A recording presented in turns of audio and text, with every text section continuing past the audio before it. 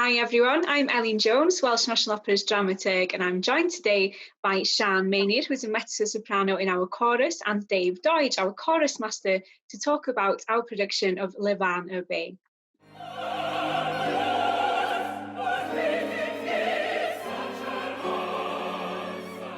Before WNO staged Le Van herbé in 2017, I have to admit that I wasn't familiar with Frank Mattan's music. Sian, what can you tell the audience about his music and why they should watch our production?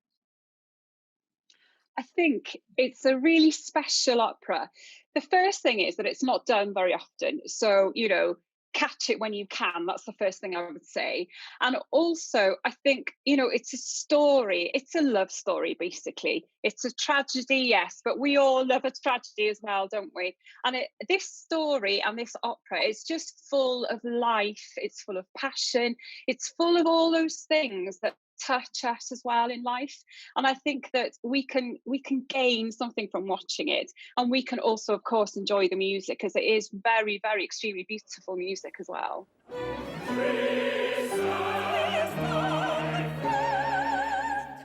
Many composers have been influenced by the story of Tristan and Isolde, including Hans Werner Henze with his orchestral work Tristan, Rutland Broughton with The Queen of Cornwall, and most notably Richard Wagner's Tristan und Isolde. Why do you think this story continues to inspire people today, Dave? I think it's a really easy answer, actually. I think that the reality is that, like with any really good story, there are many people, if they know a certain story, will feel a particular way about it. And I think that composers obviously naturally will have a particular perception of how they feel a story and interpret a story, not only kind of, as we tell stories and listen to stories, but how their music might be able to portray that story.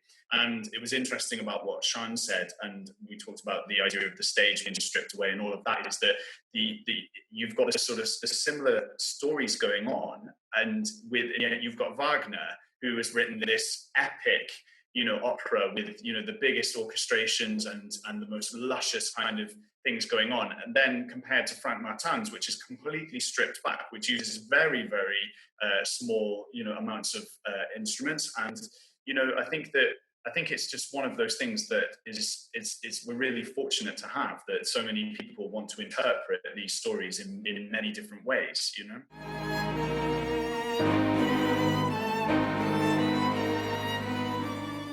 Before we started rehearsing this opera, Le Van herbé by Frank Mattan, I was already engaged with the story because I've loved the story of Tristan and Isolde from a very small age. I've always loved fairy tales and been curious with magic potions and, old mythical Welsh tales. So I was already a little bit of a geek where the story was concerned, and then the music is so amazing that it really sucked me in, and the production that we did with WNO, it was so exciting to work with Polly Graham, and it was a very special way of working because she included us all, which was fantastic, and we were a great team, and the end product, I think, due to that is really special.